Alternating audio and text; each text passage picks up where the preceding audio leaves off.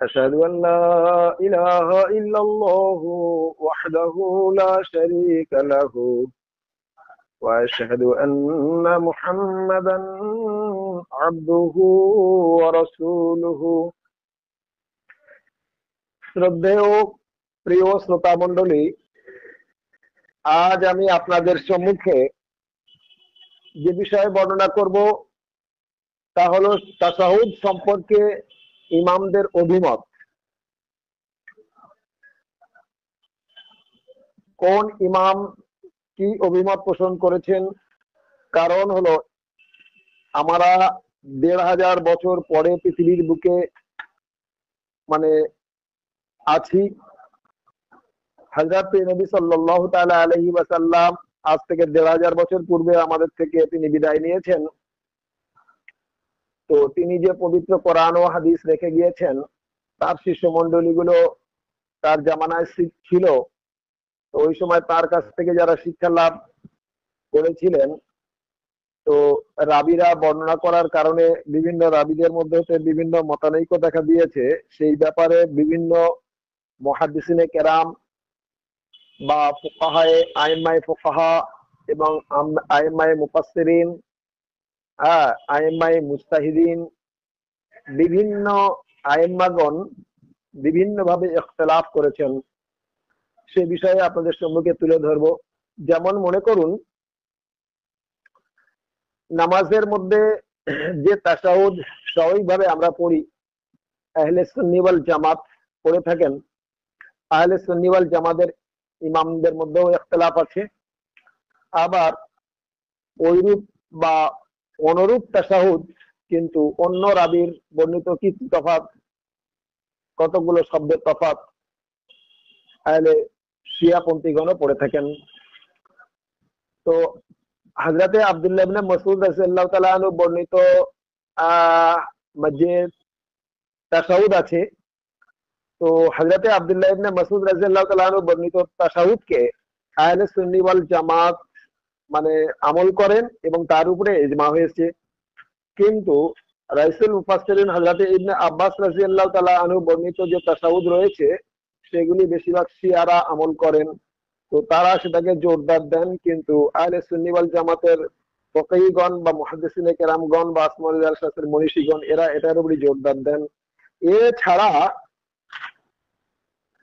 হযরতে ইবনে আব্বাসের পরেও হযরতে ওমর রাদিয়াল্লাহু আনহু বর্ণিত তাশাহুদ আলাদা রয়েছে এবং হযরতে আবু মুসা আশআরী রাদিয়াল্লাহু তাআলা আনহু বর্ণিত তাশাহুদ আলাদা রয়েছে, যা আমি গতকাল আপনাদের সম্মুখে বর্ণনা করেছি। অর্থাৎ হযরতে আব্দুল্লাহ ইবনে মাসউদ বর্ণিত যে তাশাহুদ বর্ণনা করা হয়েছে, সেই তাশাহুদ বেশিরভাগ আমরা আহলে সুন্নি ওয়াল জামাত নামাজের মধ্যে পড়ে থাকি। এবং হযরতে ইবনে আব্বাস রাদিয়াল্লাহু তাআলা আনহু বর্ণিত যে তাশাহুদ রয়েছে, তা বেশিরভাগ আহলে শিয়াগণ পড়ে থাকেন। এবং হযরতে ওমর রাদিয়াল্লাহু তাআলা আনহু বর্ণিত যে তাশাহুদ রয়েছে, কিছু কিছু ইমামগণও সেটা পড়ে থাকেন এবং ওটাকে প্রাধান্য দেন। এবং হযরতে আবু মুসা আশআরী রাদিয়াল্লাহু তাআলা আনহু বর্ণিত যে তাশাহুদ রয়েছে, সেই তাশাহুদ সম্পর্কে কিছু কিছু আপনার ইমামগণও তাকে প্রাধান্য দেন। তো বেশিরভাগ জোরদার হিসেবে যেটা প্রাধান্য দেওয়া হয়েছে, সেটা হলো এই যে আব্দুল্লাহ ইবনে মাসউদ রাদিয়াল্লাহু তাআলা বর্ণিত হাদিসকে জোরদার করা হয়েছে এবং তাকে প্রাধান্য দেওয়া হয়েছে এবং তার উপরে আহলে সুন্নি ওয়াল জামাতের পক্ষ থেকে ইজমা হয়েছে। এ বিষয়ে আলেমদের অভিমত আপনাদের সম্মুখে উপস্থাপন করব। ইমামদের কি অভিমত আছে? ইমাম আবু হানিফা রহমতুল্লাহ আলাইহি এবং ইমাম আহমদ বিন হাম্বল রহমতুল্লাহ আলাইহি এবং অন্যান্য ইমামদের মতে হযরতে আব্দুল্লাহ ইবনে মাসউদ রাদিয়াল্লাহু তাআলা আনহু বর্ণিত তাশাহুদ সবথেকে শ্রেষ্ঠ। এদের মতে হযরতে ইমাম শাফিঈ রহমতুল্লাহ আলাইহি তিনি বলেন হযরতে ইবনে আব্বাস রাদিয়াল্লাহু তাআলা আনহুর বর্ণিত তাশাহুদ সবথেকে শ্রেষ্ঠ, যেটা ইতিপূর্বে বললাম যে আহলে শিয়াগণ এর উপরে আমল করেন। এবং ইমাম আবু হানিফা রহমতুল্লাহ আলাইহির মত এবং অন্যান্য ইমামদের মতে, অর্থাৎ ইমাম আহমদ বিন হাম্বলের মতে বা অন্যান্য ইমামদের মতে যেটা আমরা পড়ি, তার উপরে ইজমা হয়েছে আব্দুল্লাহ ইবনে মাসউদ রাদিয়াল্লাহু আনহু বর্ণিত তাশাহুদ। এবার আসবো ইমাম মালিক। ইমাম মালিক রহমতুল্লাহ আলাইহির মতে হযরতে উমর বিন খাত্তাব রাদিয়াল্লাহু আনহুর বর্ণিত তাশাহুদ শ্রেষ্ঠ। এই ইখতিলাফি মাসলাগুলি কোথায় আছে? শারহুল মাহযিব তৃতীয় খণ্ড 343 নম্বর ব্যাখ্যা বর্ণনা করা হয়েছে। আল উম্ম প্রথম খণ্ড 228 নম্বর ব্যাখ্যা বর্ণনা করা হয়েছে। আল হুলিয়াতুল উলামা ফি মারিফাতি মাযাহিবিল ফুকাহা দ্বিতীয় খণ্ড 126 নম্বর ব্যাখ্যায় বর্ণনা করা হয়েছে। আল মাবসুদ প্রথম খণ্ড 27 নম্বর ব্যাখ্যা বর্ণনা করা হয়েছে। কাশফুল কানাই প্রথম খণ্ড 357 নম্বর ব্যাখ্যা বর্ণনা করা হয়েছে। সুবুলুস সালাম প্রথম খণ্ড 267 নম্বর ব্যাখ্যায় বর্ণনা করা হয়েছে। এই সকল ইমামদের অভিমত এই সকল গ্রন্থে বিস্তারিতভাবে বর্ণনা করা হয়েছে। আমি যার রেফারেন্সের প্রত্যেকটা গ্রন্থের সংক্ষিপ্তভাবে এবং উপযুক্ত এবং অরিজিনাল দলিল আপনাদের সামনে উপস্থাপন করলাম। এই বিষয়ে ইমাম নববী রহমতুল্লাহ আলাইহি বলেন, অর্থাৎ মুসলিম শরীফের বিখ্যাত ভাষ্যকার ইমাম নববী রহমতুল্লাহ আলাইহি বলেন, এই সকল তাশাহুদের যে কোনো তাশাহুদ পড়া যেতে পারে, এর উপর ওলামাদের এক মত আছে, অর্থাৎ এর উপরে আলেমদের ইজমা হয়েছে। এটা কার মত? ইমাম নববী রহমতুল্লাহ আলাইহির মত। ইমাম নববী রহমতুল্লাহ আলাইহি শারহ মুসলিমে ব্যাখ্যা দিয়েছেন মুসলিম শরীফের বিখ্যাত সারা। তো ইমাম নববী রহমতুল্লাহ আলাইহি বলছেন যে 4 প্রকারের তাশাহুদ বর্ণিত হয়েছে হাদিসে, প্রত্যেকটি হাদিস কিন্তু সহি। সুতরাং উম্মতে মুহাম্মাদীর মধ্য হতে যে কোনো একটি তাশাহুদের উপরে সে নামাজে পড়তে পারে বা আমল করতে পারে। এটা হচ্ছে ইমাম নববী রহমতুল্লাহ আলাইহি বলেছেন বা ব্যাখ্যা দিয়েছেন, এটা তার কওল। এবং তিনি এর পরেও বলেছেন যে এর উপরে ইজমা হয়েছে,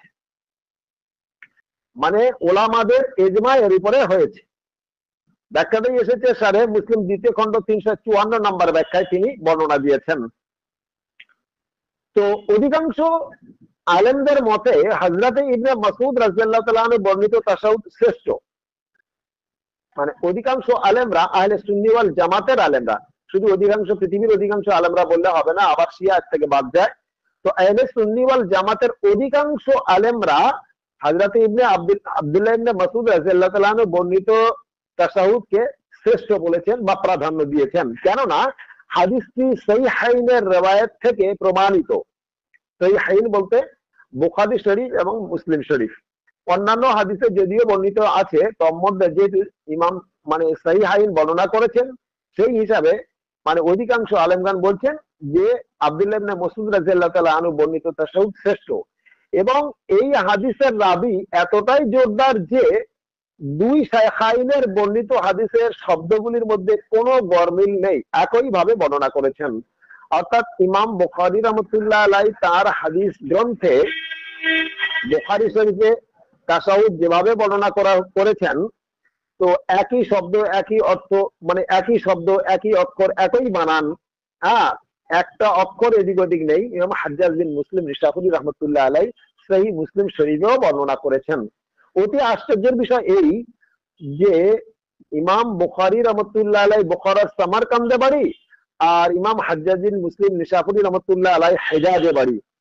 তো যার দূরত্ব কয়েক হাজার মাইলের, কয়েক হাজার কিলোমিটার ব্যবধান, কয়েক হাজার মাইলের ব্যবধান। তো একে অপরের সঙ্গে কখনো সাক্ষাৎ হয়নি। তা ইসলামের অতি আশ্চর্য এটাই, ও একটি কারামাত বা মুজিজা বলা যেতে পারে যে রাসূলুল্লাহ সাল্লাল্লাহু তাআলা আলাইহি ওয়াসাল্লামের যে কওল, তার যে হাদিসে ফেলি, তার কওলি এবং আসারে সাহাবা বা হাদিসে তাকদীরি ইত্যাদি ইত্যাদি যেগুলো সঠিক সূত্রে বর্ণনা করা হয়েছে, তো ইমাম সহিহাইন যখনই বর্ণনা করেছেন, তো দেখা যাচ্ছে ইমাম বুখারী রাহমাতুল্লাহ আলাইহি যা বর্ণনা করেছেন, ইমাম হাজ্জাজ বিন মুসলিম নিশাপুরী রাহমাতুল্লাহ আলাইহি সেম টু সেম তাই বর্ণনা করেছেন। এই কারণে আহলে আলেমদের মতে বা আহলে সুন্নি ওয়াল জামাতের আলেমদের মতে ইজমা হয়েছে যে আব্দুল্লাহ ইবনে মাসউদ রাদিয়াল্লাহু তাআলা আনহু বর্ণিত যে তাশাহুদ এসেছে হাদিসে, ওই হাদিসটি যেহেতু ইমাম শাইখাইন বা ইমাম সহিহাইন বর্ণনা করেছেন, তো ইমাম সহিহাইনের এই বর্ণনাকে কেন্দ্র করে হাদিসকে প্রাধান্য দেওয়া হয়েছে এবং ওই তাশাহুদকে প্রাধান্য দেওয়া হয়েছে। ইমাম তিরমিজি রাহমাতুল্লাহ আলাইহি বলেন, তাশাহুদের বিষয়ে হযরত নবী সাল্লাল্লাহু তাআলা আলাইহি ওয়াসাল্লাম থেকে বর্ণিত সব থেকে জোরদার ও সহিহ হাদিস হযরতে আব্দুল্লাহ বিন মাসউদ রাদিয়াল্লাহু তাআলা আনহু এর বর্ণিত হাদিস তিনি বর্ণনা করেছেন সুনানে তিরমিজি 289 নম্বর হাদিসে।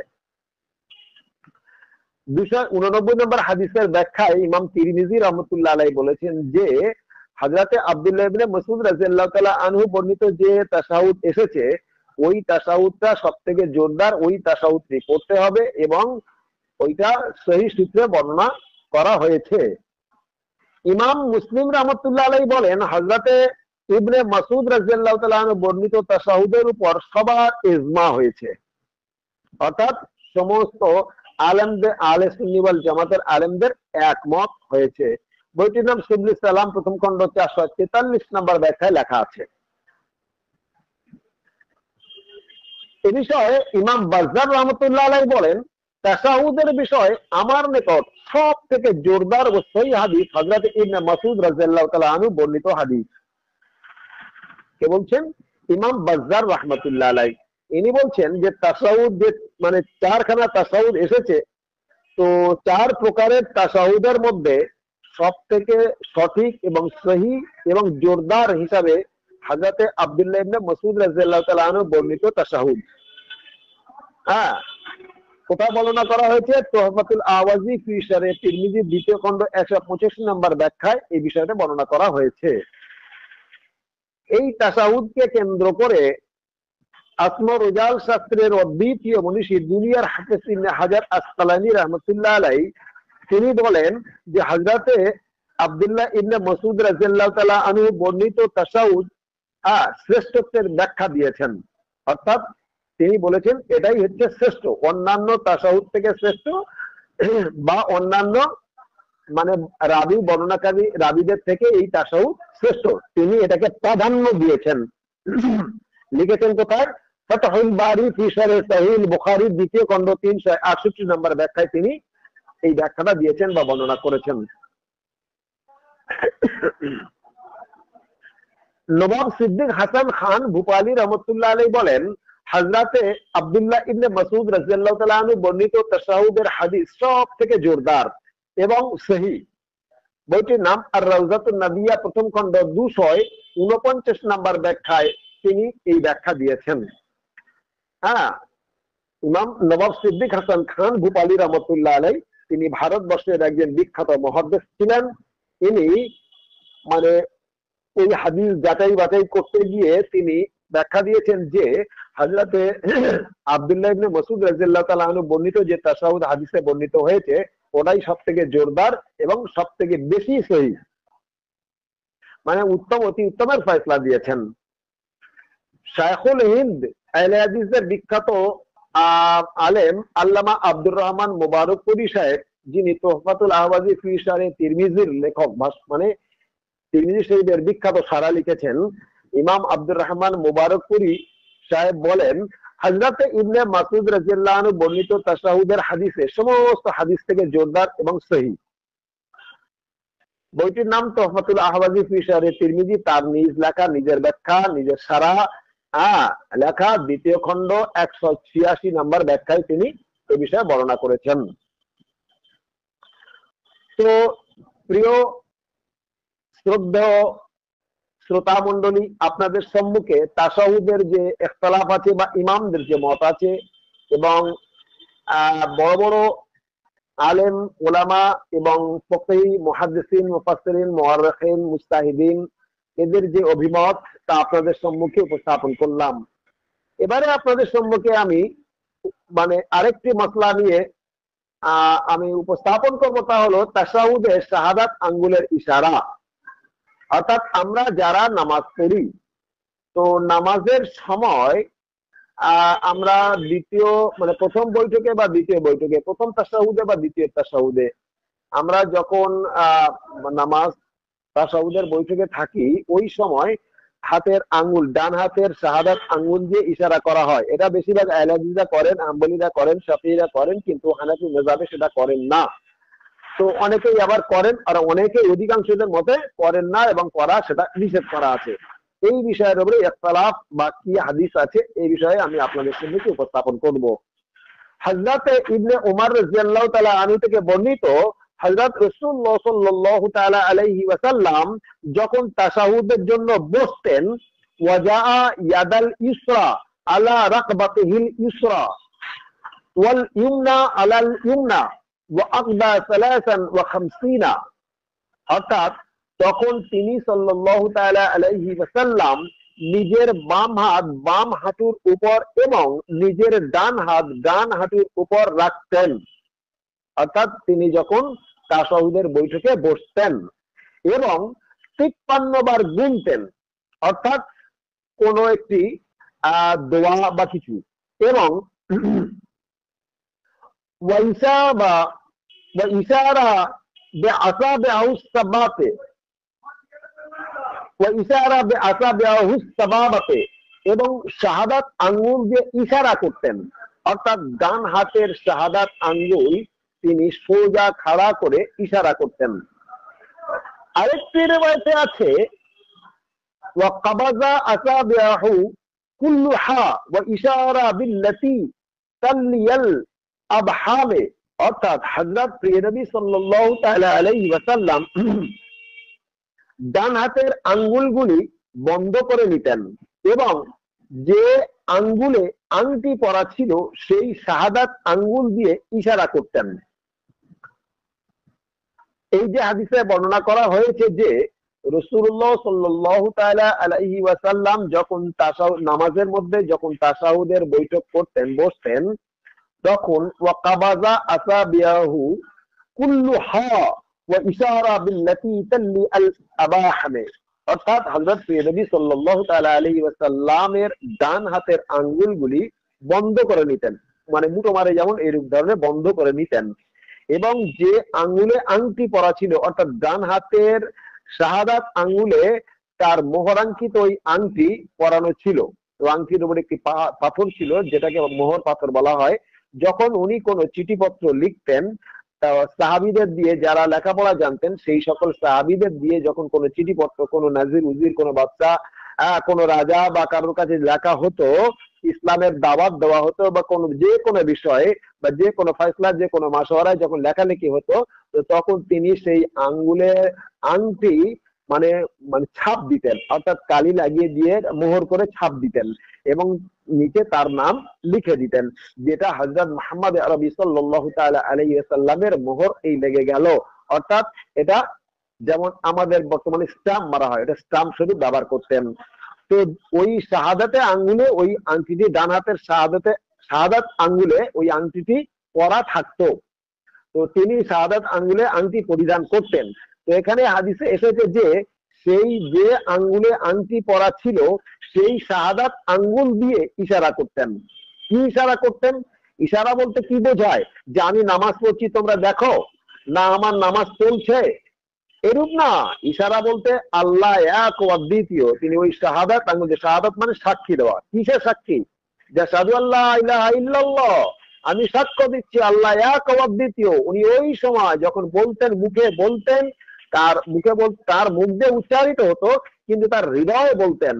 আর তিনি কার্যত তিনি ডান হাতের শাহাদাত যে আঙ্গুলে মোহরাঙ্কিত আংটি পরা ছিল ওই শাহাদাতের আঙ্গুল দিয়ে তিনি ইশারা করতেন যে দেখে নাও আল্লাহ এক ও অদ্বিতীয়।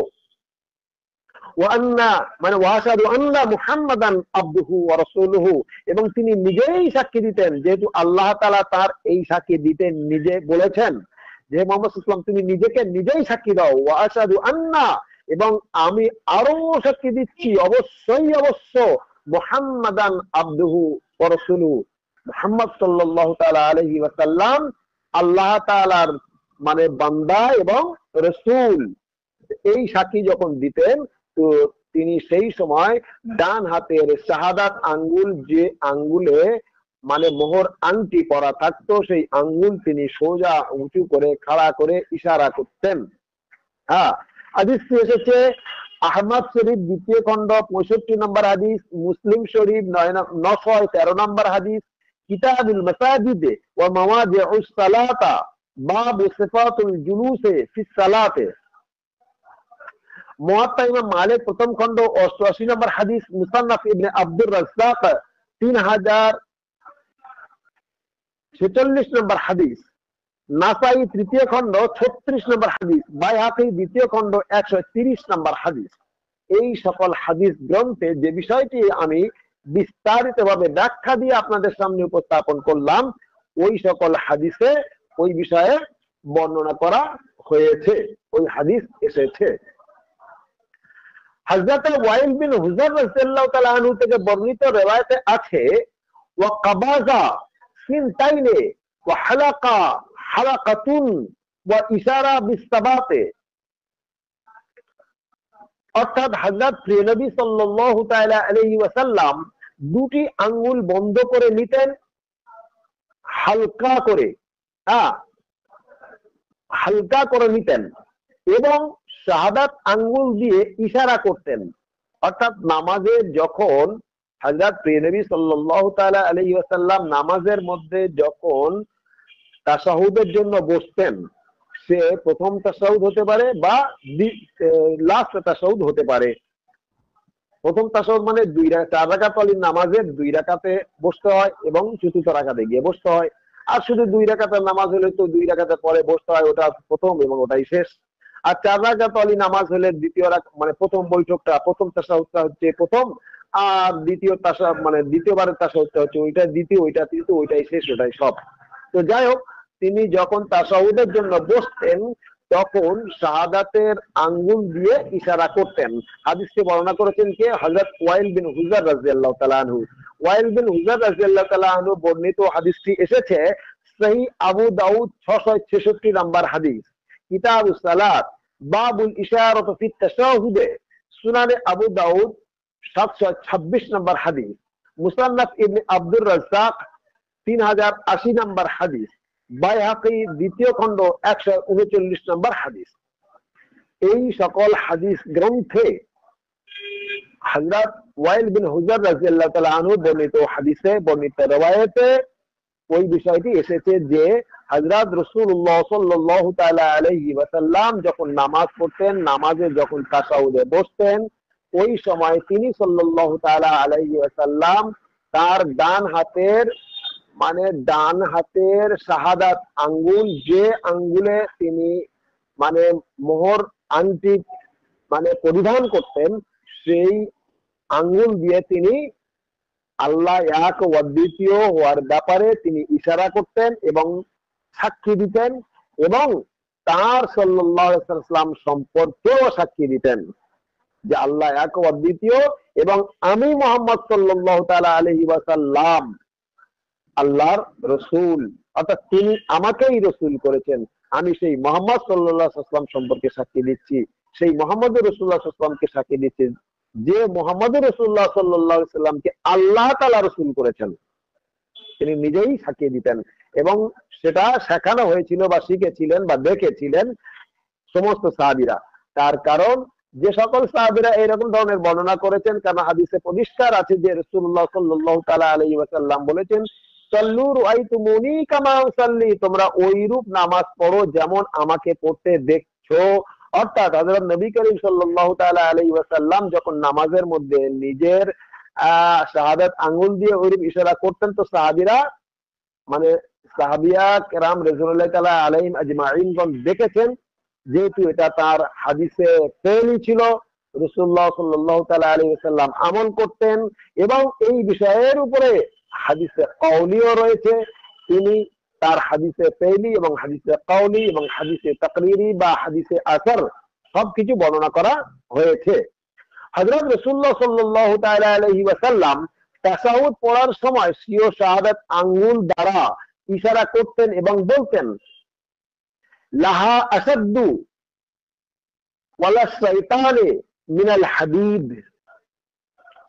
দেখুন, এটা অনেকেই পড়েন না এবং জানেনও না এবং জানানো হয়নি। মৌলবীরা যেহেতু নিজেরাই জানেন না, অপরকে কি শেখাবেন? मैं नहीं जानता हूं तो तुझे क्या सिखाओ। 1500 বছর ধরে ইসলাম চলে আসছে, ইসলামের অধিকাংশ কিছুই তো জানেন না, যতটুকু বা জানেন ওই এখন আমপাড়া পড়া, হামবাড়া মরা, আমপাড়া পড়ে আর ওই পরের মসজিদে থেকে ভাত মেরে মেরে বেড়াচ্ছে। সুতরাং তারা যে শেখাবেন বা নিজেরা শিখবেন এ সম্পর্কে তাদের কোনো ধারণা নেই। যতক্ষণ একটা দোয়া শিখবেন এবং অপরকে শেখাবেন, ততক্ষণ একটা তাবিজ লিখলেও কিছু পয়সা তার ইনকাম হয়ে যাবে। যতক্ষণ একটা দোয়া নিজে সঠিক দোয়া শিখবেন এবং হাদিস মানে কোরআন তাফসীর যাচাই বাছাই করবেন, সঠিক সিদ্ধান্তে আসতে পারবেন, সেই সময়টুকু ব্যয় না করে সেই সময়টুকু একটা জলসা বা একটা মিলাদে গেলে কিছু পয়সা রোজগার হয়ে যাবে, এই হচ্ছে ধান্দাবাজি চলছে। হ্যাঁ, সারা জগৎ জুড়ে এইরকম ধান্দাবাজি চলছে, যার কারণে পথভ্রষ্ট আজ হয়েছে। যে বিষয়ের উপরে আমার বর্ণনা আসবে, হ্যাঁ আমার বর্ণনা বা আমার বক্তব্য ইউটিউব এবং ফেসবুকে করা হয়েছে বা করা হচ্ছে, হ্যাঁ, যে মানে ইমাম মাহদী আলাইহিস সালামের আগমনের বিষয় নিয়ে। তো তার উপরে আমার এই বিস্তারিত বর্ণনা, ওলামাদের সম্পর্কে বিস্তারিত বর্ণনা, রাসূলুল্লাহ সাল্লাল্লাহু আলাইহি সাল্লাম কি বলেছেন, আমরা নিজের তরফ থেকে কিছু বলি না, নিজেরা কারোর উপরে কোনো ফতোয়া জারি করি না, কারোর সম্পর্কে কোনো কি ধারণা করি না। রাসূলুল্লাহ সাল্লাল্লাহু তাআলা আলাইহি ওয়াসাল্লাম যা বলেছেন, আল্লাহ তাআলা যা বলেছেন, সেইটার উপরে আমরা থাকি, আর তাই আমরা রিলে করে শোনাই। আমাদের নিজস্ব কোনো মত, কোনো বক্তব্য থাকে না।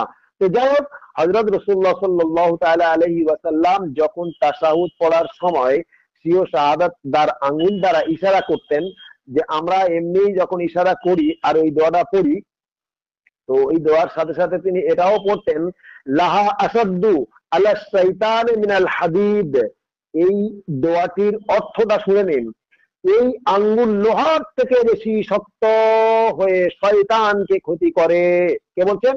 রাসূলুল্লাহ সাল্লাল্লাহু তাআলা আলাইহি ওয়াসাল্লাম বলছেন, আমার আমার এই আঙ্গুল, আমার এই শাহাদাত আঙ্গুল লোহার থেকে বেশি শক্ত হয়ে শয়তানকে ক্ষতি করে। অর্থাৎ শয়তানের এগনেস্টে, যে শয়তান খোদাদ্রোহী, খোদাকে মানে না, সেই শয়তানের বিরুদ্ধে আল্লাহ তাআলার পক্ষে এক অদ্বিতীয় আল্লাহ তাআলাকে মানে সাক্ষী দেওয়ার জন্য আল্লাহ তাআলার পক্ষে তিনি সাক্ষী দিতেন আর ওই দোয়াটি পড়তেন। হাদিসটি এসেছে সিফাতুস সালাত, লেখকের মানে বইটির নাম, মানে সিফাতুস সালাত, লেখকের নাম নাসির উদ্দিন আলবানী, 159 পৃষ্ঠায় এই হাদিসটি লেখা আছে বা এই দোয়াটি লেখা আছে। এতগুলো দলিল থাকা সত্ত্বেও অতি আশ্চর্যের বিষয় একটা,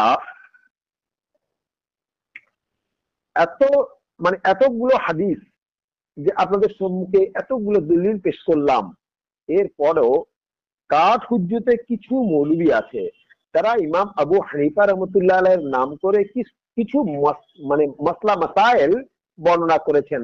যেমন ইমাম আবু হানিফা রহমতুল্লাহ আলাইহির নাম করে বলেছেন যে ইমাম আবু হানিফা রহমতুল্লাহ আলাইহি বলেন, তাশাহুদ পড়াকালীন কোন নির্ধারিত আঙ্গুলের ইশারা করা চলবে না।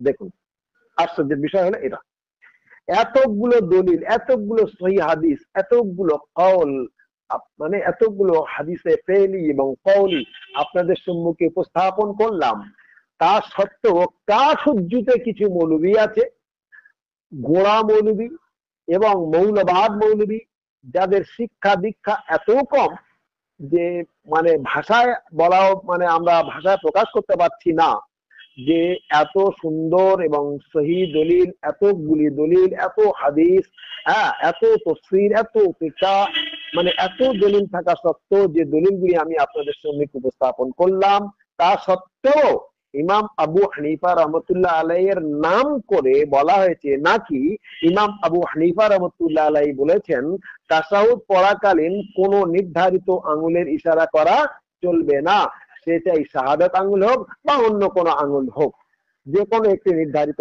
আঙ্গুল দিয়ে ইশারা করা চলবে না। যদি বলেন কোথায় লেখা আছে, বইটির নাম তোহফাতুল আহওয়াজি ফি শারহে তিরমিজি, লেখকের নাম মানে মুহাদ্দিস আব্দুর রহমান মুবারকপুরী সাহেব, তিনি তার ওই মানে তিরমিজি শরীফের বিখ্যাত সারা গ্রন্থের দ্বিতীয় খণ্ডে 196 নাম্বার ব্যাখ্যায় তিনি এই মাসালাটি বর্ণনা করেছেন। অর্থাৎ ইমাম আবু হানিফা রহমতুল্লাহ আলাইহির মাসালা যারা যাদের কিতাবে লিখেছেন তার থেকে উদ্ধৃতি করে উনি ওখানে শুনিয়েছেন, উনি ওখানে ব্যাখ্যায় দিয়েছেন যে দেখুন এই অভিমত এরা পোষণ করেছেন। তো যাই হোক, বিষয় হলো এই যে আপনাদের সম্মুখে যে বিষয়গুলি নিয়ে আলোকপাত করেছি আমি, যে যেটা সঠিক সেটা আমাদেরকে মানতে হবে, যেটা বেঠিক সেটাকে পরিত্যাগ করতে হবে। যেহেতু রাসূলুল্লাহ সাল্লাল্লাহু তাআলা আলাইহি ওয়াসাল্লাম বলেছেন সল্লু তোমরা ওইরূপ নামাজ পড়ো, রাআইতুমুনি, যেমন আমাকে পড়তে দেখছো, কামা উসাল্লি, যেরূপ আমি পড়ছি। অর্থাৎ আমি যেমন নামাজ পড়ছি তোমরা ওইরূপ নামাজ পড়ো। রাসূলুল্লাহ সাল্লাল্লাহু তাআলা আলাইহি ওয়াসাল্লাম যেরূপ নামাজ পড়েছেন ওইরূপ আমাদের পড়তে হবে।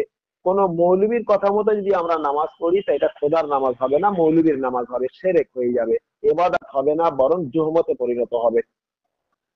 আপনারা এদিক দিয়ে একটু খেয়াল করুন যে কোন মৌলবী কোন ফতোয়া দিল, কোন মাসালা বললো, মাসালা বর্ণনা করলো, তার মতে যদি কেউ চলেন এবং শোনেন এবং আমল করেন, তাহলে সেটা রাসূলুল্লাহ সাল্লাল্লাহু আলাইহি ওয়াসাল্লামের কথা মতো হলো না, আল্লাহর ইবাদত হলো না।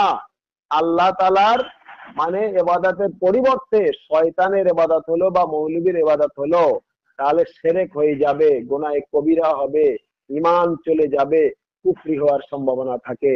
হ্যাঁ, তা আল্লাহ তাআলার সঙ্গে শিরক করে ইবাদত করা, ওর থেকে না করাটাই ভালো।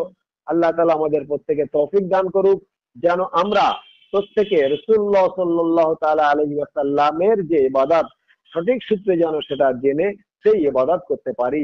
আর সেই ইবাদত যে আলেমদের মধ্যে মানে ফকীহদের মধ্যে, মুহাদ্দিসিনে কেরামদের মধ্যে, মুফাসসিরিনে কেরামদের মধ্যে, আইমায়ে মুজতাহিদিনদের মধ্যে যে ইখতিলাফ আজও পর্যন্ত হয়ে এসেছে এবং এখনো পর্যন্ত ফিরকাবাদী এবং ইখতিলাফ হয়ে আসছে বা যাচ্ছে, এর মধ্যে সঠিক সিদ্ধান্ত ফয়সালা কে দেবেন? পবিত্র কোরআনে শত শত জায়গায় ভুরি ভুরি প্রমাণ রয়েছে এবং হাদিসে শত শত হাজার হাজার জায়গায় ভুরি ভুরি প্রমাণ রয়েছে যে এই যুগে মানে এর ফয়সালা দেওয়ার জন্য, সঠিক সিদ্ধান্ত আসার জন্য এবং রাসূলুল্লাহ সাল্লাল্লাহু তাআলা আলাইহি ওয়াসাল্লামের হাদিসে কাউলি, ফেলি, তাকরিরি মানে আপনার আসার ইত্যাদি সবকিছু সঠিকভাবে সিদ্ধান্ত দেবেন, ফয়সালা দেবেন, তিনি হচ্ছেন ইমাম মাহদী আলাইহিস সালাতু ওয়াস সালাম। তো এই যুগের যিনি ফয়সালা দিয়েছেন তিনি হচ্ছেন হযরত মির্জা গোলাম আহমদ কাদিয়ানী আলাইহিস সালাতু ওয়াস সালাম। তিনি এই যুগের মাহদী, এই যুগের ইমাম এবং তিনি ইমাম মাহদী আলাইহিস সালাম, তিনি প্রতিশ্রুত মসিহ। তার ফয়সালা যেটা হবে সেই পক্ষে যে হাদিস এবং কোরআন থাকবে সেটা মেনে নিতে হবে। তিনি বলেছেন কোরআনের সপক্ষে যত হাদিস আছে সেগুলি আমল করতে হবে, আর কোরআনের বিপক্ষে যত হাদিস আছে তা সেই যত আলেম ওলামা মুহাদ্দিসিনে কেরাম সহিহ বলুক না কেন সেটাকে বর্জন করতে হবে। আল্লাহ তাআলা আমাদের প্রত্যেকে তৌফিক দান করুক, আমরা যেন ইমাম মাহদী আলাইহিস সালাতু ওয়াস সালামের পরিপূর্ণভাবে ইত্তেবা করে চলতে পারি। আমিন। ওয়া আখিরু দাওয়ানা আনিল হামদুলিল্লাহি রাব্বিল আলামিন।